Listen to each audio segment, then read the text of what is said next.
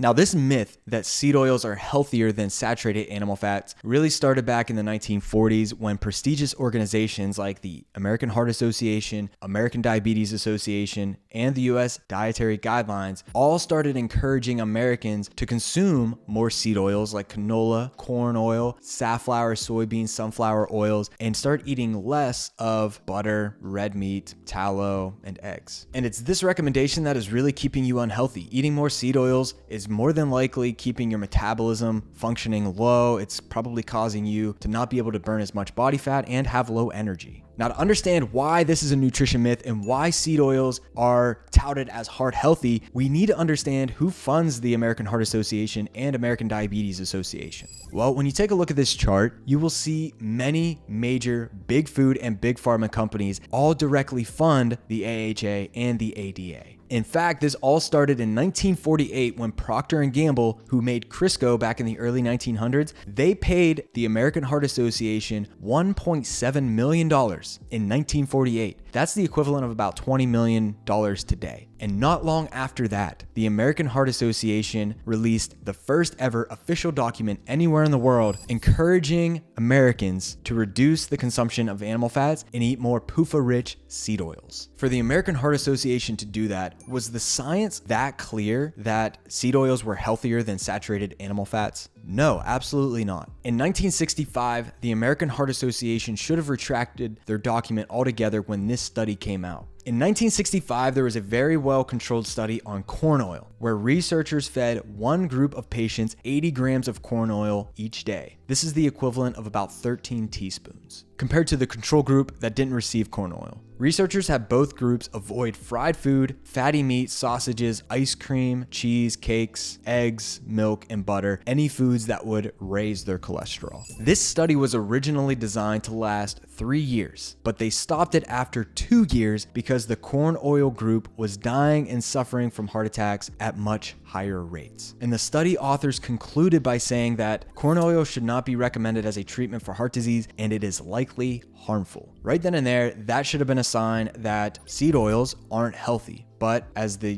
decades progressed, we got recommendations not only from the American Heart Association, but also from our own US dietary guidelines that we should eat less saturated fat and eat more seed oils. But you've also seen the Food Guide Pyramid, My Plate, that we should eat more grains, more carbs, and eat fats sparingly at the tippy top, and we should avoid all these saturated animal fats and eat more seed oils. Well, since then, we've only had skyrocketing rates of obesity, diabetes, Alzheimer's, and cancer and heart disease. And I should note that 80 grams a day, that 13 teaspoons of seed oils that they were eating in this study wasn't a lot. The average American today is eating over 40 grams of seed oils every day, or more than 9 teaspoons of seed oils every single day. So why do these organizations and advocates of seed oils say that they are healthier? Why do they say that they are beneficial and that saturated animal fats are unhealthy? Well, these advocates for seed oils often refer to the fact that seed oils lower cholesterol, they lower LDL cholesterol, and that just having elevated total cholesterol and elevated LDL will directly cause cardiovascular disease. But here's the thing, all the studies that show that are observational studies, and at best they can only show an association. They can't prove cause and effect. And these observational or epidemiological studies that can only show an association are very often easily manipulated, and they are funded in large part by big food and big pharma who have financial incentives to profit off of seed oils. Yet at the end of the day, there have been 16 massive reviews in the last decade alone involving hundreds of studies showing that when seed oils replace saturated fat in the diet, it does not reduce your risk of cardiovascular disease. Now, why is this a myth? Why are seed oils not better for you than saturated animal fats? Because seed oils are so easily oxidized. Seed oils are so fragile, the oils in them are rich in polyunsaturated fatty acids, and they easily oxidize, not just outside your body in the bottles, the plastic, the light that breaks them down, but inside your body when they are metabolized and broken down.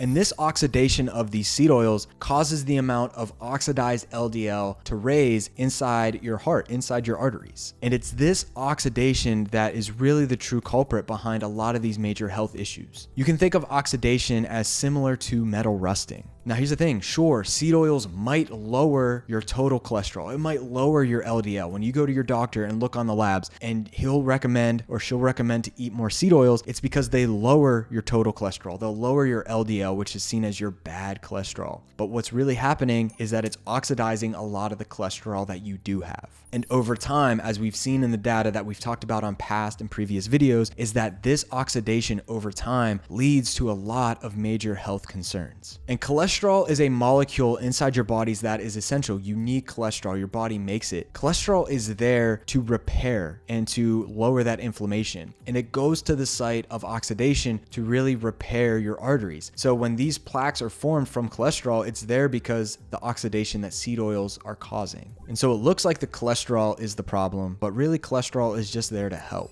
So if you really want to help your health, remove seed oils like canola, corn, cottonseed, sunflower, soybean, safflower, peanut, and rice bran oils from your diet and replace them with healthier fats that we've eaten for millennia like tallow, butter, lard, ghee, coconut oil, olive oil, and even a little bit of avocado oil.